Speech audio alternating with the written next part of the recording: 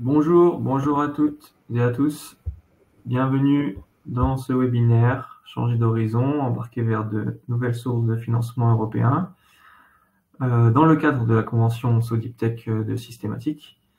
Je m'appelle Léo Benedetti, je suis chef de projet Europe et c'est moi qui animerai ce webinaire. Bienvenue à toutes et à tous. On va commencer par une présentation des intervenants. Donc, on accueille avec plaisir Agnès Ndiaye de la DGE en tant que PCN Digital Europe, qui prendra la parole pour présenter les tenants et aboutissants de ce programme européen. Et moi-même, en tant que chef de projet Europe Systématique, pour la présentation Cascade Funding et le Fonds européen de défense.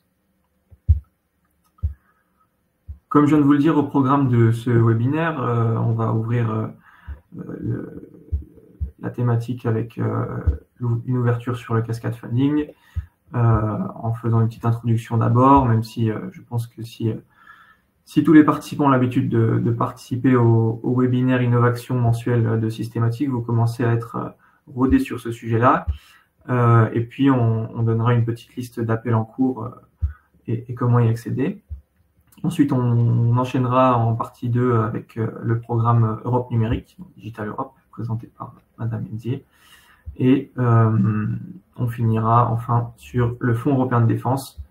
Et je vous donnerai quelques éléments à propos de ce programme, des opportunités 2024, et puis comment vous faire accompagner également dans vos démarches. Petite règle aussi pour ce webinaire, donc vous avez l'onglet chat, comme d'habitude, pour parler entre participants ou déclarer quelconque problème technique. Et puis l'onglet questions, très important, si vous avez des questions aux intervenants, n'hésitez pas à les poser dans cet onglet-là. Le support de présentation sera également disponible en fin de webinaire, vous pourrez le télécharger. Nous commençons sans plus attendre donc avec cette ouverture sur le Cascade Funding. Donc comme je le disais, on fait souvent une petite présentation en fin de webinaire Innovation sur ces appels assez spéciaux, mais qui peuvent aussi rapporter gros au niveau européen.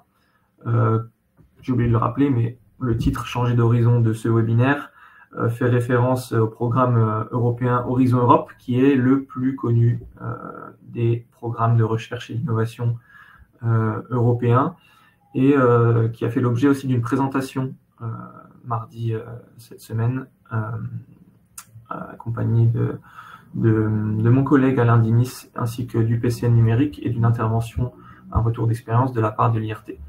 Donc aujourd'hui, on ne va pas parler d'Horizon Europe, mais un peu des programmes secondaires, on va dire, périphériques européens, dont on ne parle pas souvent. Et pour introduire ce webinaire, on va parler donc de Cascade Funding, qui est un dérivé en fait des grands programmes européens financés par la Commission européenne. Donc vous avez le petit schéma à droite qui vous donne un peu un aperçu de comment fonctionne le Cascade Funding. Donc, vous avez la Commission européenne qui finance, de par ses différents programmes de financement, comme Horizon Europe, comme le FED, comme Digital Europe, des projets européens, et demande très souvent à ses bénéficiaires de redistribuer une partie du financement par le biais d'open call compétitifs. Donc, ce montant à être redistribué peut aller jusqu'à 70% du montant total des projets européens. Donc, redistribué par des open calls compétitifs à différents types de bénéficiaires. En général, ici, on va cibler les plus petites structures qui ont du mal en fait à s'intégrer à des consortia européens et pour leur permettre aussi un accès un peu facilité à l'argent européen et au financement européen de recherche et de développement. Mais on cible de plus en plus également des académiques et des consommateurs finaux en tant que bénéficiaires de ces programmes de Cascade Funding.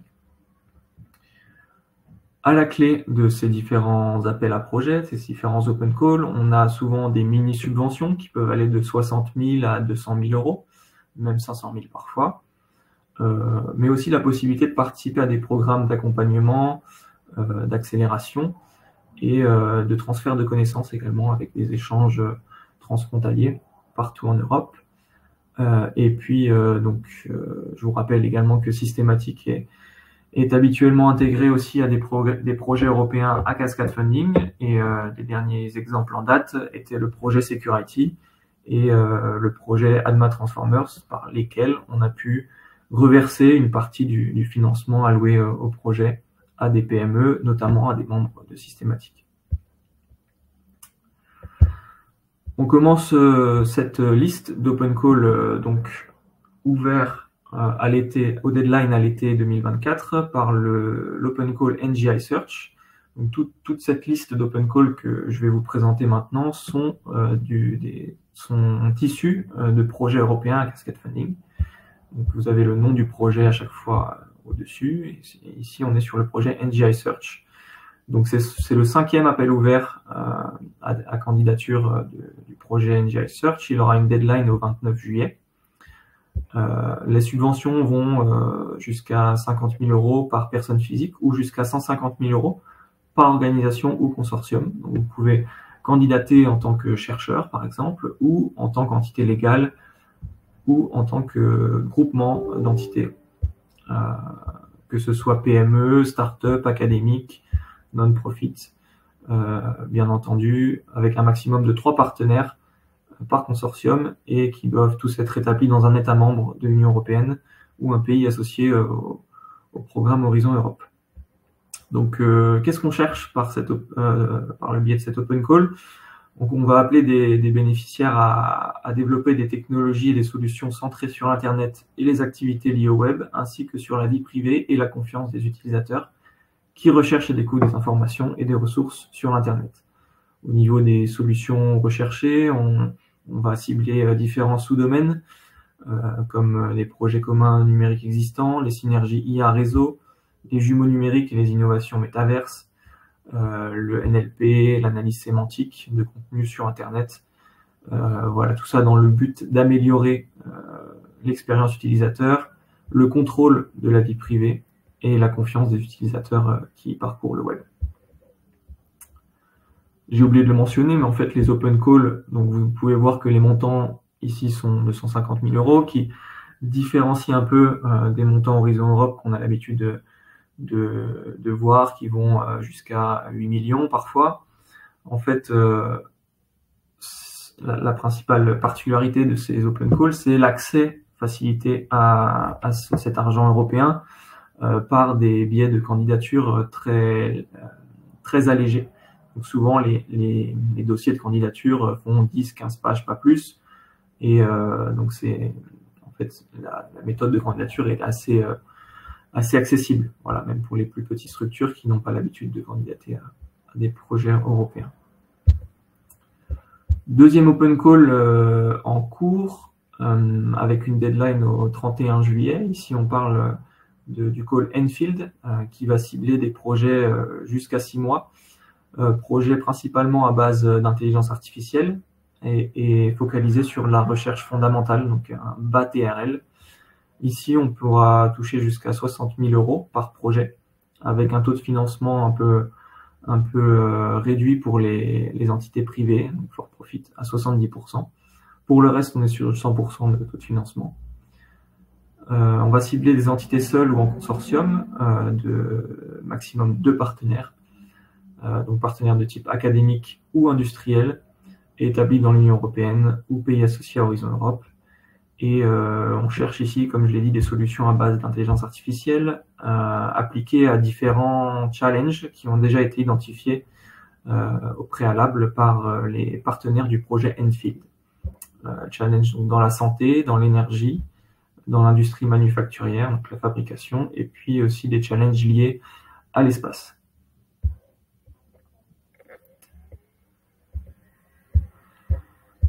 Troisième open call, donc il s'agit de l'open call ETR qui a une deadline au 31 juillet également. Au niveau de la subvention, on peut toucher jusqu'à 60 000 € et en comparaison avec les 2 précédents, ici on cherche des entités seules, voilà, de type PME ou liées à la recherche, de type académique ou ONG, éligibles à Horizon Europe, État membre de l'UE ou pays associés.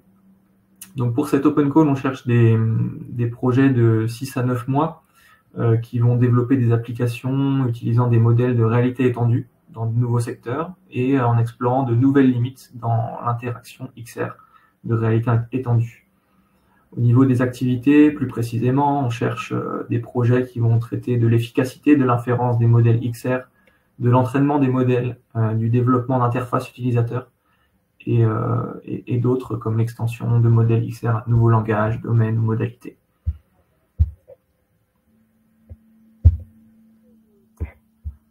Quatrième open call, il s'agit de NGI Sargasso. Donc, dès que vous voyez NGI, en fait, ça s'appelle Next Generation Internet, donc plus ou moins lié à l'Internet et à l'utilisateur. À chaque fois que vous pouvez voir cet acronyme, en général, on est sur ces domaines-là.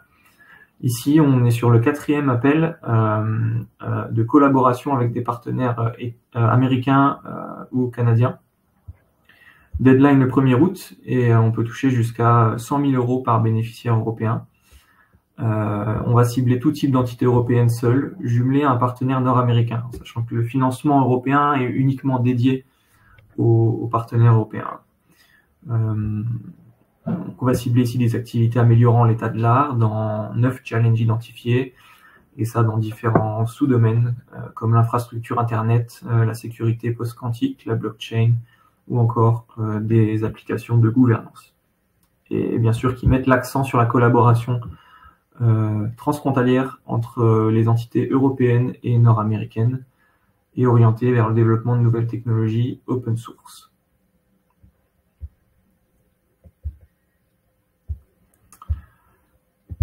Un autre open call, c'est l'open call Cortex, qui a sa deadline fixée au 15 août prochain. Ici, les entités pourront toucher jusqu'à 100 000 € par projet.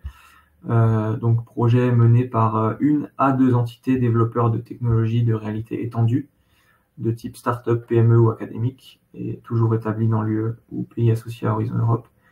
Ici, donc, on va cibler des projets de 9 mois composés de 3 sprints, sprint développement, intégration et validation, avec un TRL final à 6-8. Et on a différents topics qui ont été préidentifiés, tous liés plus ou moins à la réalité augmentée ou à la réalité étendue, et sur aussi des solutions de télécoopération. Donc c'est assez précis. On vise ici en fait d'améliorer l'impact sociétal de technologies de réalité augmentée. Donc vous avez la liste des topics, avatar incarné, générateur intelligent, éditeur d'expériences virtuelles, multi-person reaction recognition, capture de la réalité pour la réalité virtuelle basée sur l'échantillonnage gaussien et d'autres sous-domaines dont vous avez la liste juste ici. Et je termine cette partie sur le Cascade Funding avec un open call qu'on avait déjà présenté en fin 2023 et qui voit sa deuxième version publiée avec une deadline au 31 août. C'est l'open call du projet Nemo. Alors ici, en fait, on vise d'améliorer ou d'étendre les capacités d'un méta-OS qui a été développé par les membres du projet Nemo, avec une subvention qui peut aller jusqu'à 90 000 € par bénéficiaire. On cherche ici des PME seules, établies dans un pays membre de l'UE ou associées à Horizon Europe. Et comme je vous l'ai dit, donc on a un méta-OS qui a été développé et qu'on cherche à étendre avec de nouveaux cas d'usage ou de nouvelles applications ou de nouveaux services qui viendront améliorer les performances de ce méta-OS. Vous avez différentes exigences à respecter quand vous souhaitez candidater à cet appel. Ici, on vise à répondre à des challenges de type grande hétérogénéité des appareils, y compris les appareils IoT à faible capacité, de l'on-device machine learning, et aussi répondre à des challenges de type faible latence et large bande passante. Vous avez, comme d'habitude, la liste. Plus d'infos pour vous rediriger vers le site web systématique où on répertorie à chaque fois tous ces appels de façon mensuelle. Donc, vous avez accès sur le site web de systématique, page appel à projet, à tous les tenants aboutissants des appels que je viens de mentionner. N'hésitez pas à poser des questions si vous avez un doute sur tel ou tel critère d'éligibilité ou domaine à adresser sur ces différents appels. Et on clôt cette première partie de webinaire. Donc je vais céder la parole à Madame Ndié de la DGE. Je te donne la main, Agnès, et on se revoit tout à l'heure. Merci beaucoup Léo et bonjour à tous. Donc merci d'être présents. Donc l'idée aujourd'hui, comme le disait Léo, c'est de vous présenter dans les grandes lignes le programme Digital Europe, qui est donc un nouveau programme qui est souvent lié aussi bien du côté des porteurs que du côté de la Commission européenne au programme Horizon Europe, qui a également été cité par Léo tout à l'heure. Donc je vais peut-être commencer par me présenter moi-même. Voilà. Donc je suis donc Ndié Agnès, en charge des programmes de financement à la Direction générale des entreprises, plus précisément au sein du pôle numérique et international. Donc voilà, on s'occupe de tout ce qui est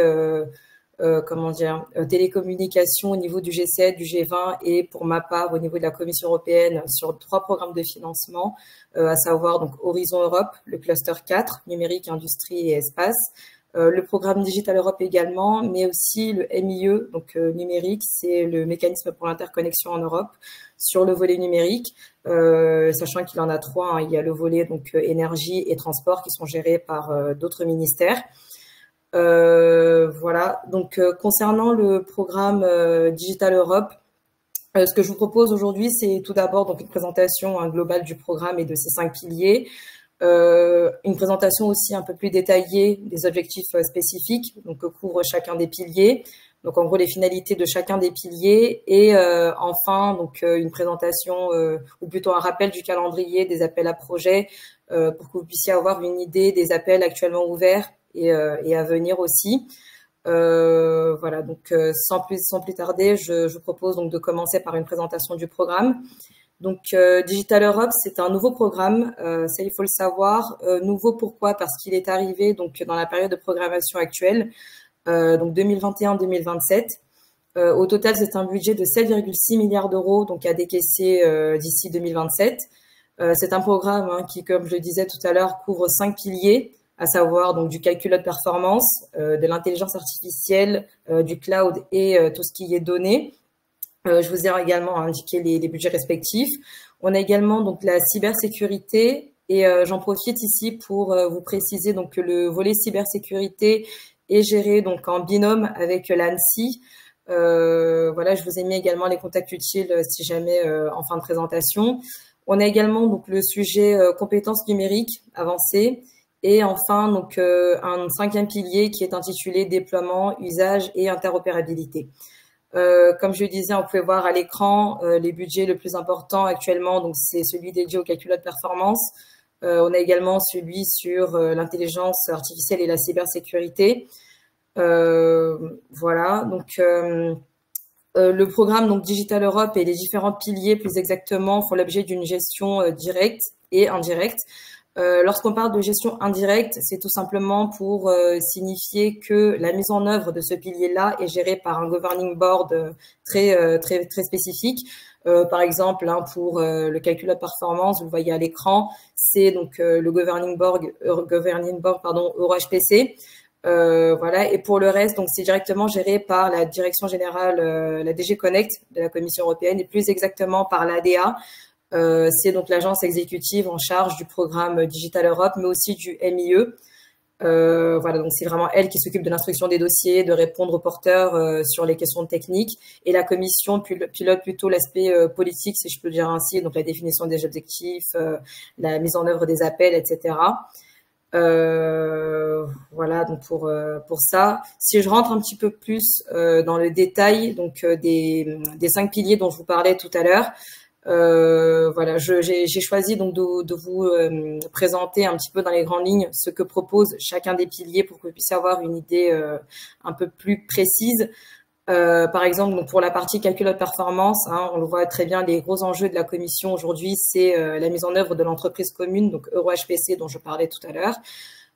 L'objectif premier étant évidemment de développer donc et de déployer un écosystème fédéré et hyper connecté évidemment, donc en matière d'informatique quantique et d'infrastructure de données aussi. Voilà, donc à noter aussi ici, donc pour plus d'informations, nous pourrons vous transmettre évidemment le programme de travail. Vous aurez vraiment tout le détail des objectifs poursuivis et une idée un peu plus précise de ce que de quel type de projets sont attendus par la commission sur chacun de ces piliers. L'idée ici, c'est vraiment juste de vous présenter un petit peu dans les grandes lignes les finalités de chacun des piliers. Donc deuxième objectif spécifique sur les 5, c'est tout ce qui est donc cloud, data et IA. Et évidemment, donc l'objectif premier ici de la commission, c'est donc de renforcer les capacités de l'Union européenne en matière d'intelligence artificielle, de cloud et de data. Et donc évidemment de développer ce qu'on appelle des données pour l'UE et vraiment un système d'interconnexion. Si je passe donc sur l'OS3, donc tout ce qui est cybersécurité. Ici, l'enjeu, c'est évidemment donc de soutenir des actions pour créer une fois de plus un écosystème avancé à la pointe de la technologie, évidemment, et d'améliorer également tout ce qui est prévention et détection des risques et des cybermenaces. Et enfin, donc apporter un soutien également à l'écosystème européen dans son ensemble, en ciblant souvent parfois les PME qui ont un peu plus de mal donc à avancer sur ces sujets-là, contrairement à d'autres grandes entreprises.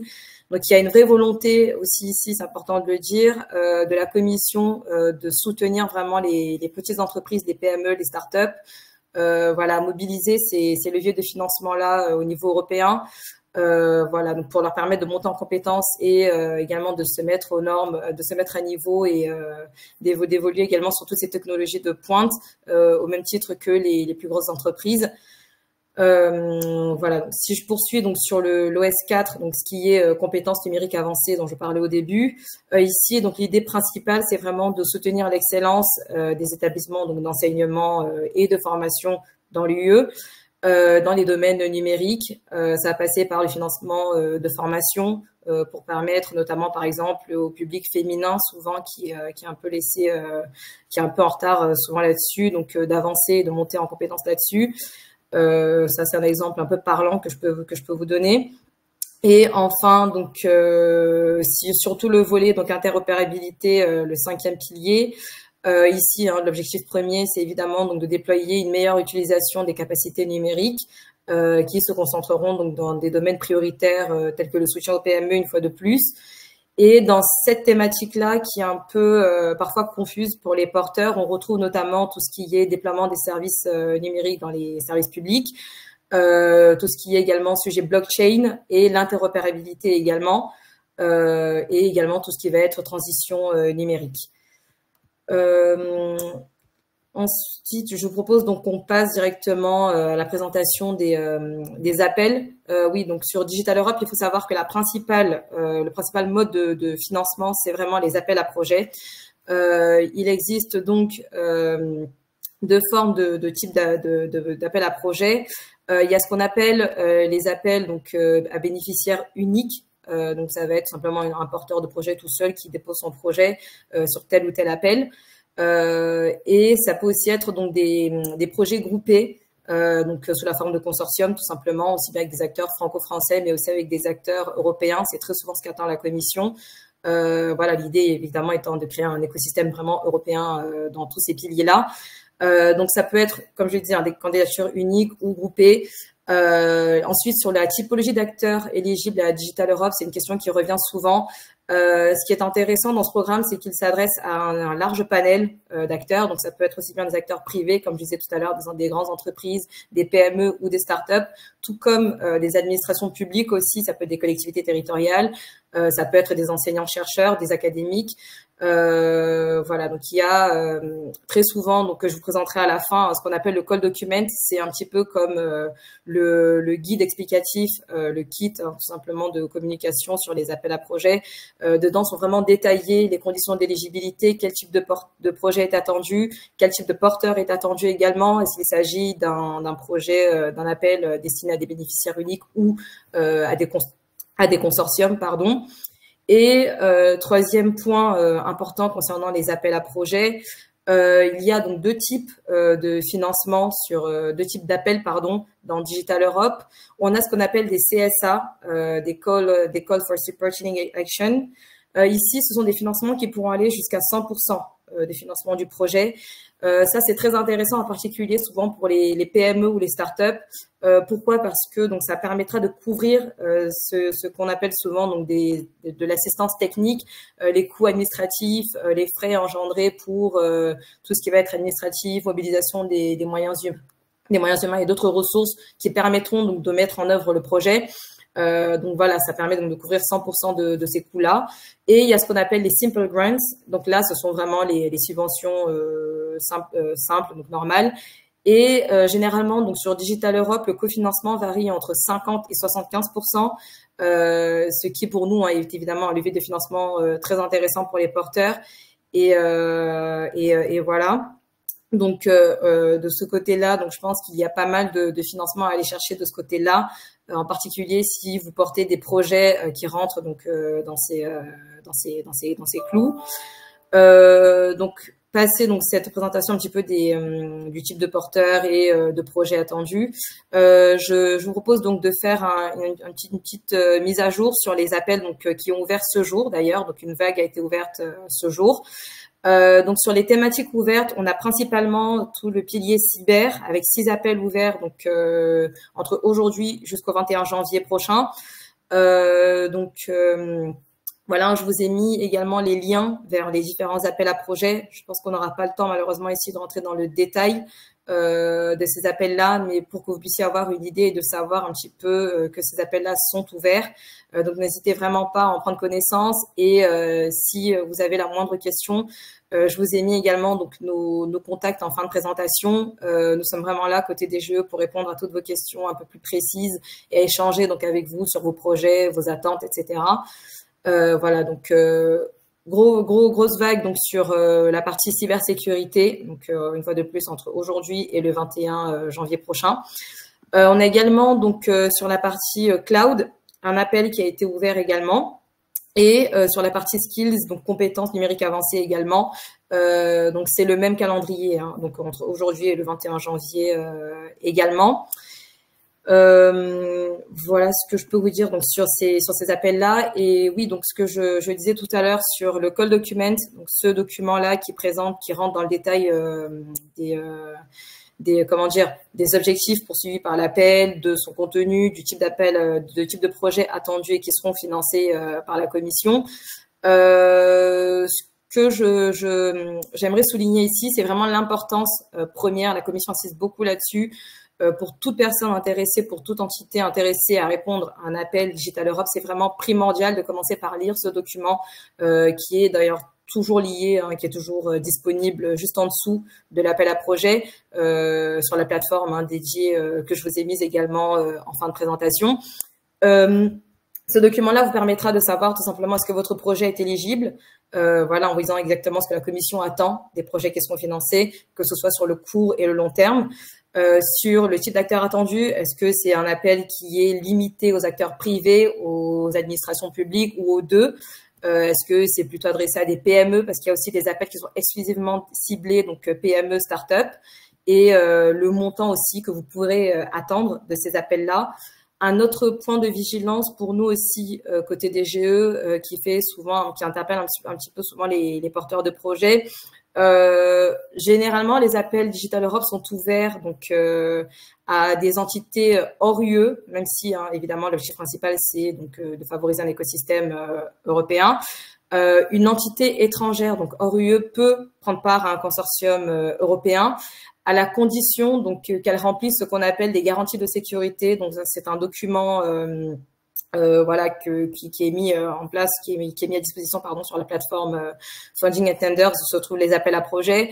Ici, l'idée donc c'est vraiment juste pour l'entreprise étrangère qui participera à ce projet-là de s'engager à ne pas méconnaître les intérêts de l'Union, à s'assurer également qu'il n'y aura pas d'ingérence tout simplement dans le projet et que souvent la maison mère qui se trouve par exemple dans un autre État donc hors UE ne prendra aucune mesure qui porterait atteinte au projet ou aux intérêts de l'Union, que ce soit donc pendant la durée du projet mais aussi après sa réalisation. Voilà, donc ça c'est aussi un point de vigilance important qu'il faut avoir en tête. Donc c'est aussi très souvent spécifié, c'est toujours spécifié d'ailleurs dans le call document si l'appel est restrictif ou non. Voilà, donc gros point de vigilance là-dessus également. Et pour terminer, je vous propose également donc de faire un rappel un petit peu sur l'action de la Direction générale des entreprises vis-à-vis de ce programme-là, mais plus largement des 3 programmes que je vous ai cités au début, que ce soit Horizon Europe, le programme DEP et le programme donc MIE numérique. Notre objectif premier, évidemment, donc, c'est d'élaborer la position française, tout simplement, en remontant donc les besoins de notre écosystème français et de mettre en lien avec les attentes aussi des autres États membres et des autres délégations. Deuxièmement, donc on mobilise évidemment l'écosystème d'innovation français, que ce soit donc par des webinaires comme celui d'aujourd'hui, ou encore des infodays qu'on organise nous aussi côté DGE, souvent à Bercy. À ce propos, d'ailleurs, si certains sont intéressés, on pourra vous faire passer le lien vers le replay de l'événement qu'on a organisé en juillet dernier, qui était très intéressant parce qu'il y avait aussi l'intervention donc d'entreprises lauréates à ces appels-là qui pourront d'ailleurs vous parler davantage pour avoir une idée un peu des projets qui ont été déposés et comment est-ce qu'ils ont fait pour être sélectionnés, les difficultés aussi dans le montage des projets et la recherche de partenaires. Et donc, dernier point d'ailleurs là-dessus, on a un rôle très actif sur la mise en relation des porteurs intéressés niveau France avec des partenaires européens pour le montage de consortiums. Pourquoi? Donc, parce qu'on fait partie du réseau des PCN, des points de contact nationaux Digital Europe qui vient d'être lancé. Si jamais un appel à projet vous intéresse et que vous voyez donc il y a une condition de consortium qui est imposée, n'hésitez vraiment pas à venir vers nous pour qu'on puisse présenter votre entreprise et donc signifier donc aux autres délégations que telle entreprise cherche tel type de partenaire au niveau européen. Nous sommes vraiment donc le bon vecteur pour faire ce travail-là. Et évidemment, donc d'un point de vue général, l'objectif premier de la DGE, c'est évidemment d'augmenter les taux de retour français. Donc sur Digital Europe, je vous ai mis quelques chiffres ici. C'est un programme, comme je vous le disais, qui est certes nouveau, mais on a une vraie montée en compétences parce qu'on a constaté donc que l'écosystème français a un vrai potentiel, a tout à fait les capacités de répondre à tous ces appels Digital Europe. Ça s'est très vite vu. Aujourd'hui, nous sommes donc au 2e rang des États ayant bénéficié le plus donc des financements Digital Europe. Pour vous donner un ordre d'idée, donc en 2021, nous étions à 9,9% de taux de retour, c'est-à-dire la part de financement captée par les entreprises françaises. Et en 2022, on est passé donc au double, à 16,4%. Pour être transparente avec vous sur la vague actuelle, donc on attend également une autre amélioration. À noter également donc côté France, donc avec Systématique qui en fait partie, nous avons mis en place un comité de pilotage. Pour vraiment accélérer cet accompagnement-là de l'écosystème d'innovation français et vraiment vous aider au mieux à mobiliser ces financements européens qui sont parfois assez abstraits et difficiles à comprendre et parfois à mettre en place pour les entreprises. Donc voilà ce que je peux vous dire là-dessus. Et donc pour terminer, donc une dernière slide sur les contacts utiles. Comme je le disais, par exemple, sur la partie cybersécurité, vous avez donc les bons points de contact. Pour vraiment, si vous avez des questions d'ordre un peu plus technique, n'hésitez pas à les contacter, n'hésitez pas à nous contacter. Je vous ai mis donc mon contact à moi et celui de mon chef, Adrien Pascal. Le lien également vers la plateforme, donc des appels à projets pour que vous puissiez prendre connaissance en détail de ce qui est ouvert actuellement en particulier. Et ce qui est très bien sur cette plateforme, c'est que vous voyez aussi les appels qui sont à venir. Donc, ça vous permet aussi un peu de vous préparer pour la suite.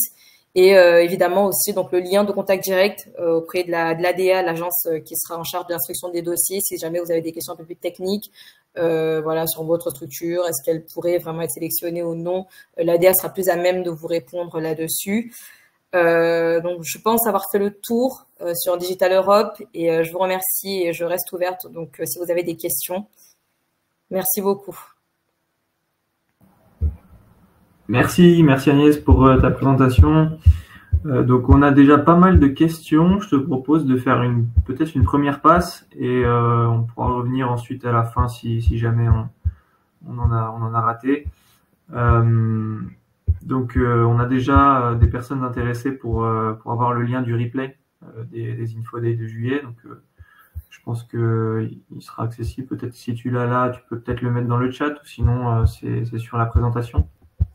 Oui, alors ce que je vous propose de faire, donc, c'est qu'à la fin, donc peut-être du webinaire, récupérer, je pense qu'on pourra extraire les participants. Voilà, enfin, je vous laisse m'envoyer peut-être un email, comme ça, je pourrais vous envoyer directement le lien. Ce sera peut-être plus simple comme ça. Voilà, donc je peux faire ça, donc vraiment dès la fin de notre présentation, enfin, de l'événement. Voilà. Pour d'autres personnes intéressées, voilà, on pourra faire ça. Et un autre point que j'ai oublié de préciser, quand même important aussi, on a lancé une boucle de diffusion aussi sur Digital Europe côté DGE. Donc, c'est tout simplement une newsletter avec les appels ouverts à venir et les gros enjeux qu'on identifie côté DGE, les points de vigilance aussi parfois et les événements aussi qui seront organisés, que ce soit à notre niveau, au niveau de la Commission européenne aussi et des PCN. Voilà, les événements de matchmaking en particulier qui sont très intéressants pour les entreprises qui recherchent des partenaires. Voilà. Si je peux me permettre, je vois aussi une question donc sur le taux de réussite moyen de ces appels. Alors, pour tout vous dire, ça dépend des vagues, ça dépend des sujets ouverts. Certains appels, par exemple, parlent beaucoup plus à l'écosystème qu'à d'autres. Donc vraiment, selon les appels, enfin ce que visent les appels, les entreprises françaises seront plus ou moins intéressées. Sur la vague précédente, je peux vous dire par exemple que le volet cyber a quand même intéressé pas mal d'entreprises. On a eu des bons taux de retour là-dessus. Sur la partie compétences aussi, on est plutôt pas mal.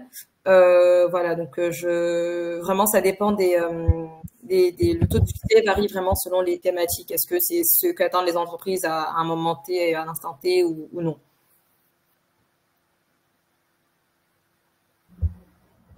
Ok, merci. Et donc ouais, ça varie en fonction des thématiques traitées par le programme Digital Europe. Tout à fait. On avait aussi d'autres questions dans l'onglet questions. N'hésitez pas à privilégier l'onglet questions pour les poser. Ça nous facilite la tâche. Donc, on a une question sur le lieu pour accéder à toutes ces informations. Où est-ce qu'on trouve le détail de ces appels? Je peux vous le mettre directement dans le chat. Je vais l'ouvrir de suite. À noter que vous aurez aussi accès à ce support de présentation. Vous pourrez le télécharger à la fin du webinaire. Avec tous les liens, toutes les adresses mail, des points de contact. Voilà, pour pouvoir ensuite accéder au mieux à toutes ces informations.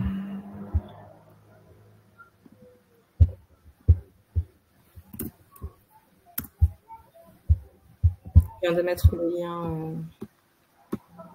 au besoin. Donc le lien vers la plateforme EU Funding and Tenders, en général, c'est ici qu'on trouve toutes les informations au niveau des appels en cours, des appels à venir.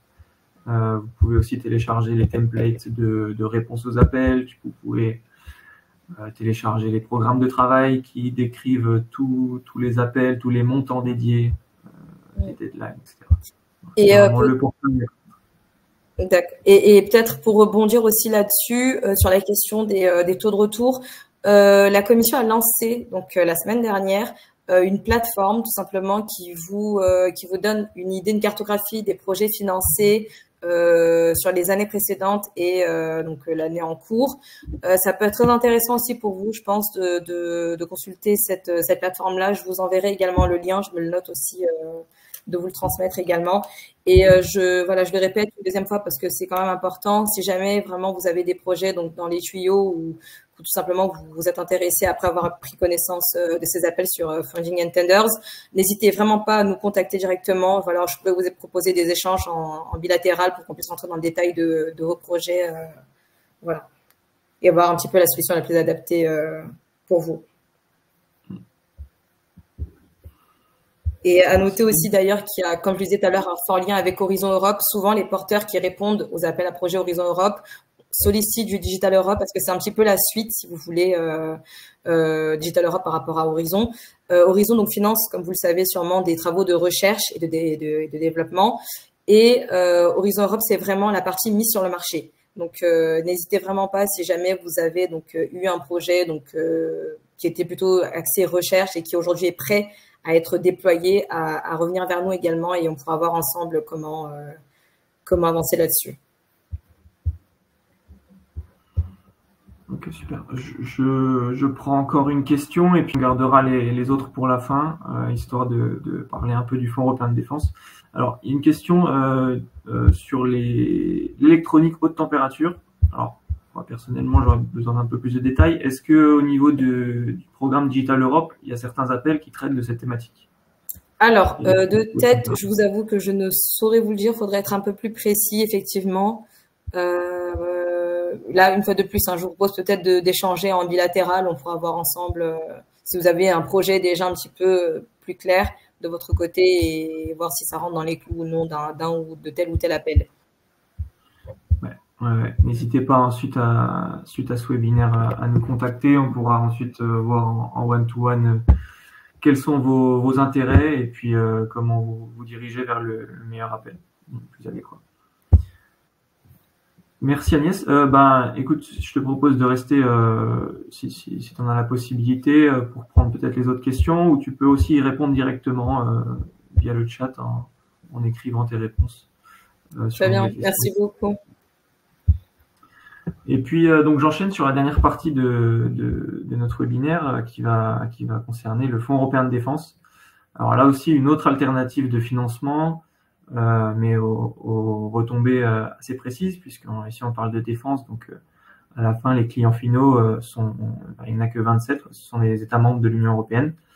Il y a aussi la Norvège, donc ça fait 28. Et aussi, vous parlez un peu du réseau de NFP, donc National Focal Points, qui a été créé dès le lancement du Fonds européen de défense et qui est là aussi pour vous accompagner dans vos réponses et dans vos demandes de partenariat. Donc, on revient un peu sur les généralités au niveau du Fonds européen de défense. Donc, c'est un programme de recherche et développement piloté par la Commission européenne, par la DG DEFIS plus précisément, dont les objectifs sont de soutenir des projets de R&D structurants qui répondent aux besoins des forces armées, afin de développer une base industrielle et technologique de défense européenne autonome, compétitive et innovante. Ici, on parle de R&D militaire, donc voilà, qui répond aux besoins des 27 États membres et de leurs forces armées. Donc, on a une exclusion de la recherche fondamentale. Donc, les TRL les plus bas ne seront pas ou peu impliqués et demandés dans les appels. Et les taux de subvention varient de 20% à 100% selon les activités envisagées dans les projets. On verra ça en détail dans les prochaines planches. Au niveau des aspects financiers et budgétaires, donc, le projet recouvre 8 milliards sur la période 2021-2027, avec 5,3 milliards dédiés aux projets de développement et 2,7 milliards aux projets dits de recherche, avec bien sûr les taux de subvention qui varient. La France, au niveau de sa contribution au budget du Fed, c'est 17,5%, soit environ 200 millions pour l'exercice 2023, auquel il convient d'ajouter le cofinancement des autres États membres de l'UE qui aussi contribuent au financement des projets. La France est le pays qui bénéficie le taux de retour industriel le plus élevé, mais c'est un des pays aussi qui participe le plus à ce budget. Au niveau des voies d'accès, donc on a la première qui est de participer à un projet non thématique disruptif ou exclusivement dédié aux PME et aux centres de recherche, dont on verra le détail plus tard. Et la deuxième voie, c'est aussi d'intégrer un consortium existant dans le cadre des grands appels à projets pilotés par des maîtres d'œuvre industriels. Au niveau des catégories d'action qui sont traitées par les appels du Fonds européen de défense, donc on en a environ 20 différents qui vont en fait de la réponse médicale ou du risque chimique, biologique, radiologique et nucléaire, jusqu'à la simulation et aux entraînements des forces armées, en passant par les capteurs, la cybersécurité, la transformation numérique des armées, les matériaux et composites, le combat terrestre, aérien, et puis aussi la protection antiaérienne, et bien sûr le naval et le sous-marin. Et puis vous voyez aussi en bas des catégories horizontales qui traitent justement des calls dédiés aux PME et centres de recherche, donc technologie disruptive, et puis technologie de défense innovante pour le call PME. Vous avez ici un détail du Work Programme 2024. Le Fonds européen de défense fonctionne par vague annuelle. Ici, on a 32 appels qui ont une même deadline au 5 novembre prochain. Donc voilà, selon les catégories d'action, on a un ou plusieurs appels qui font partie du programme de travail 2024 et qui seront à traiter par les potentiels candidats. J'attire votre attention sur les calls non thématiques qu'on voit en bas à droite. Donc une recherche non thématique pour les PME et les organisations de recherche avec 34 millions à la clé et plusieurs projets financés bien sûr. Et on a aussi le call non thématique spécifiquement dédié aux PME avec 33 millions. Et c'est sur ces calls-là en général que les PME ont le plus grand taux de succès. Donc n'hésitez pas, si ces calls-là vous intéressent, n'hésitez pas à revenir vers moi. Donc on s'est promis aussi de vous présenter ces taux de subvention qui varient en fonction des actions envisagées, en fonction du type d'activité envisagée à l'intérieur des projets. Ce taux de subvention varie de 20 à 100% des coûts éligibles. Donc on a en fait un taux de base et ensuite des bonus qui peuvent s'ajouter en fonction de la composition du consortium et aussi de l'ambition du projet et de son lien ou non avec un projet de coopération structurée permanente dit PESCO. Donc pour les activités de recherche, on a un taux de subvention qui est de 100%.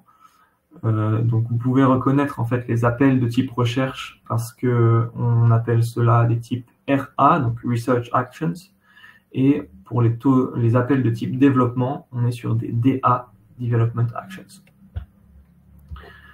Pour les appels de recherche, donc 100% de taux de financement, hein, et pour les appels de développement, on va de 20 à 90% de taux de base de subvention.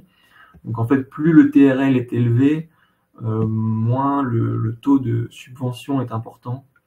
À noter qu'on peut aussi ajouter des bonus à chaque fois. Vous pouvez voir le détail des bonus en dessous des tableaux. Donc si votre projet a un lien, le premier bonus, si votre projet a un lien avec l'initiative de coopération structurée permanente, vous pouvez avoir un bonus de plus 10% sur le taux de subvention, ce qui est non négligeable. Ensuite, il y a un bonus lié aux ETI. Si 15% des coûts éligibles, donc du budget de votre projet, est alloué à des ETI, vous pouvez toucher jusqu'à plus 10% de taux de subvention. Et enfin, on a aussi un bonus PME dans le cas où 10% des coûts éligibles minimum alloués aux PME, du budget de votre projet, est alloué aux PME.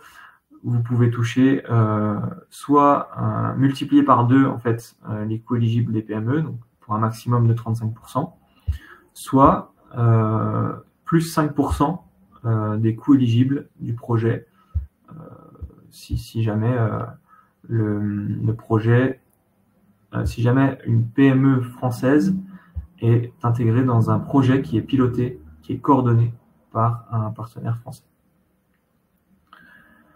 Notez que la Commission européenne et la DGDFIS plus précisément poussent fortement pour que plus de PME aient accès à ces fonds et intègrent des consortiums. Voilà, l'objectif, c'est aussi de permettre aux plus petites structures d'accéder à des fonds européens, même si c'est parfois difficile pour elles d'allouer du temps. Ça prend quand même du temps au niveau des candidatures. Mais sachez qu'il y a quand même un effort qui est fait de la part de la DGDFIS, voilà, par exemple à travers ces bonus pour permettre à des PME de venir avantager en fait les taux de subvention. Je vous ai mis 3 exemples de projets qui peuvent intéresser potentiellement la communauté systématique. Donc je ne vais pas tout lire en détail, mais ici on est sur une DA, comme vous pouvez le voir sur le nom du topic, Development Actions, sur un projet de développement de Cyber Range coopératif. Donc ici, l'objectif, c'est d'inviter les forces armées pour venir participer à des sessions d'entraînement et des exercices dans des CyberRange sur différents cas d'usage de type développement de produits de cybersécurité, de cyberdéfense ici, ou des produits de pentesting. Le second appel, c'est un appel dédié au quantique. Donc ici, on passe de DA à RA, comme vous pouvez le voir sur le nom. Donc c'est une action de recherche financée à 100% sur différents types de projets liés à la cryptographie post-quantique et au développement, à l'amélioration des solutions existantes en matière de quantique. Et pour finir, on a aussi un challenge. Ici, c'est un appel un peu particulier parce qu'on a 4 projets qui seront sélectionnés à la fin, un budget de 20 millions au total pour une distribution de 5 millions par projet. Et ici, on va appeler à des projets de type drone sur le déploiement et l'amélioration de technologies d'essaimage et de navigation autonome des drones. Voilà. Une action de type recherche, donc TRL assez bas, voilà, jusqu'à la preuve de concept, je dirais TRL 5. Un petit tour aussi au niveau des conditions d'éligibilité. Donc au niveau des consortiums, ils doivent être composés à l'image d'Horizon Europe de 3 entités éligibles établies dans 3 États membres différents. Au niveau de l'éligibilité des entreprises, elles doivent être établies et avoir leur structure de management dans l'Union européenne, utiliser l'action des infrastructures, des installations et des actifs et des ressources localisées sur le territoire de l'UE et ne pas être contrôlées par des États tiers. Vous pouvez aussi faire un appel à dérogation si jamais vous ne couvrez pas tous ces critères. Bien sûr, c'est la DGA ou la DID qui auront la décision finale sur l'obtention ou pas d'une dérogation. Et au niveau de l'éligibilité des projets de type développement, donc Development Actions, DA, vous devez démontrer que tous les coûts non couverts par la subvention seront financés par d'autres moyens de base étatique, donc ministère des Armées, DGA, etc. Et démontrer qu'au moins 2 États ont l'intention de se procurer la technologie et ont défini des exigences communes. C'est pourquoi la collaboration avec les forces armées de chacun des États membres est important au moment même de la création et du montage de dossiers. Voilà, il faut vous assurer que vous avez le soutien d'au moins 2 États membres au moment où vous construisez votre consortium, ces États membres qui auront par la suite l'intention de se procurer la technologie développée. Petit aperçu du calendrier 2024, donc on a déjà tous les appels à projets au deadline au 5 novembre, qui sont publiés également sur le portail de la commission EU Funding and Tenders.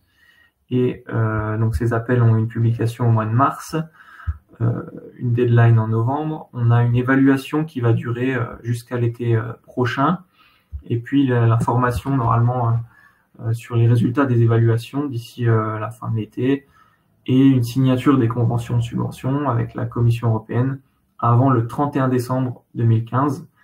Donc comme vous pouvez le voir, ça prend un certain temps, et l'implication aussi des ministères des Armées n'arrange pas souvent la signature rapide des conventions de subvention, parce qu'il y a aussi des intérêts divergents, tout simplement, et qui freinent quelquefois la signature des agreements.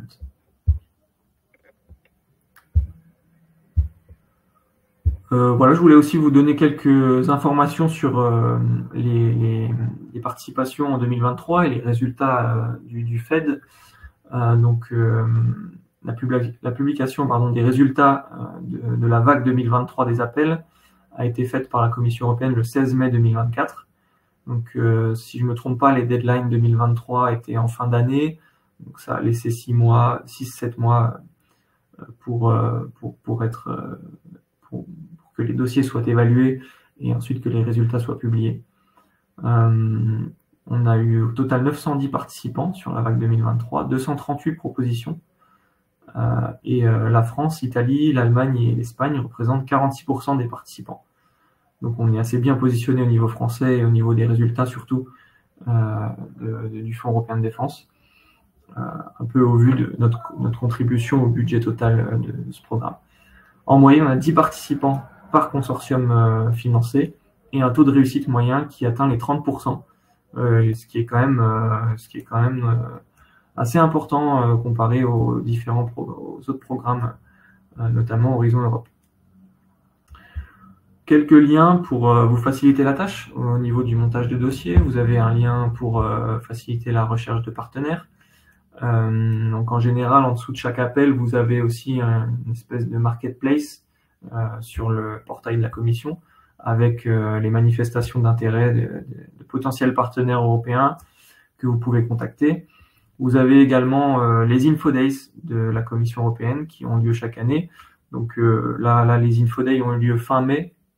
J'imagine que vous avez un accès au replay sur le portail de la Commission et sur la page de la DG Defis, plus précisément. Et puis un lien vers le document de référence, donc le programme de travail 2024 avec le détail de tous les appels que je vous ai brièvement présenté lors de ce webinaire. Pour finir, je vous rappelle que la DGA et le pôle systématique constituent le National Focal Point FR. Donc en gros, c'est le point de contact national français pour le Fonds européen de défense et qu'on est là aussi pour accompagner tous les porteurs dans leur démarche, dans leur recherche de partenaires. Donc on a la possibilité de relayer ces demandes de partenariat via le réseau européen des points de contact nationaux. Aussi la possibilité de vous aiguiller sur les différents appels et sur les différents guichets de financement. Et également, la DGA aussi vient accompagner les projets sur le soutien qu'elle peut apporter au niveau des montages de consortia pour avoir la validation et l'expression d'intérêt de la France pour tel ou tel projet. Voilà, je pense qu'on peut reprendre quelques questions. C'est tout pour le Fonds européen de défense. Si vous avez des questions, n'hésitez pas à les poser maintenant. On reste à votre disposition. Donc, je vais faire un tour sur le chat pour voir si on a eu d'autres questions. Donc, voilà, je vois que Agnès a donné ses détails de contact. Vous les aurez aussi sur la dernière slide. Voilà, vous avez sur cette slide le contact de l'équipe Europe de Systématique, mon adresse mail si jamais vous avez des questions sur tel ou tel appel, sur le Cascade Funding également, l'adresse mail d'Agnès Ndiaye qui fait partie du point de contact national pour Digital Europe, et puis Monsieur François Montagne qui est votre contact à la DGA pour toutes les questions au niveau du Fonds européen de défense.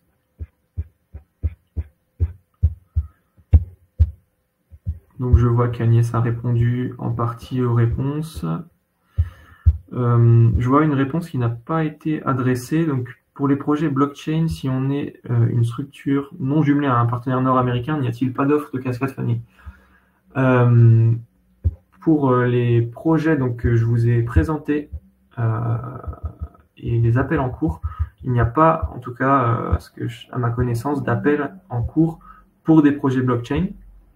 Même si, donc je vais revenir sur la slide en question, sur le projet Sargasso, on vise spécifiquement en fait des projets portés par des entités européennes avec un partenaire nord-américain. Donc ici, en fait, c'est un critère d'éligibilité, le fait d'avoir un partenaire nord-américain. Il y a d'autres appels NGI qui vont ouvrir plus tard dans l'année avec des thématiques blockchain. Je pense à différents projets NGI. Donc, n'hésitez pas en fait à m'envoyer un email directement pour qu'on puisse évaluer ça ensemble. J'ai pas les noms tout de suite, mais je sais que dans les prochains webinaires Innovation, notamment le webinaire de la rentrée, on va sûrement parler de blockchain parce que les projets NGI ont beaucoup d'open code à offrir et de possibilités.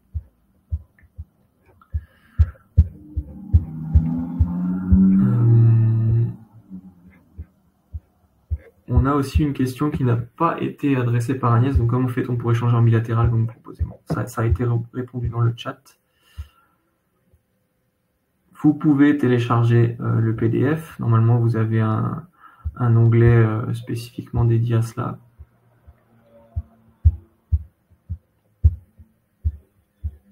Et puis, si jamais, n'hésitez pas à utiliser le formulaire de contact si vous n'avez pas eu le temps de télécharger les planches. Formulaire de contact systématique, hein, il fait directement accessible sur le site web. Écoutez, je pense qu'on peut conclure s'il n'y a pas d'autres questions.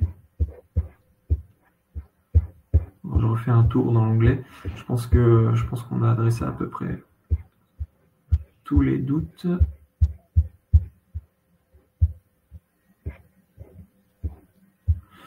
Voilà, je vous laisse encore peut-être une minute pour poser vos questions si vous en avez. Et puis, où se trouve le PDF. Donc, peut-être que je vais laisser l'équipe des modérateurs indiquer où on trouve le PDF.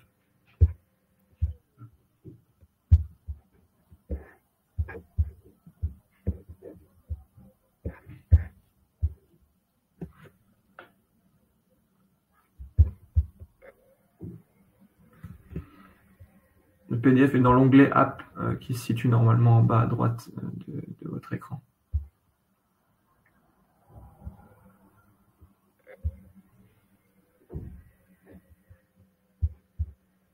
Et il n'y a... Merci à vous. Merci à vous.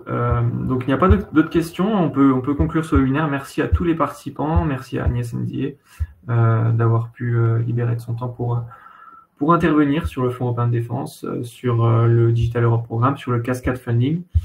Merci à tous les participants. On se retrouve très prochainement pour un webinaire de présentation d'appel à projet du pôle systématique. Merci beaucoup. Bonne journée.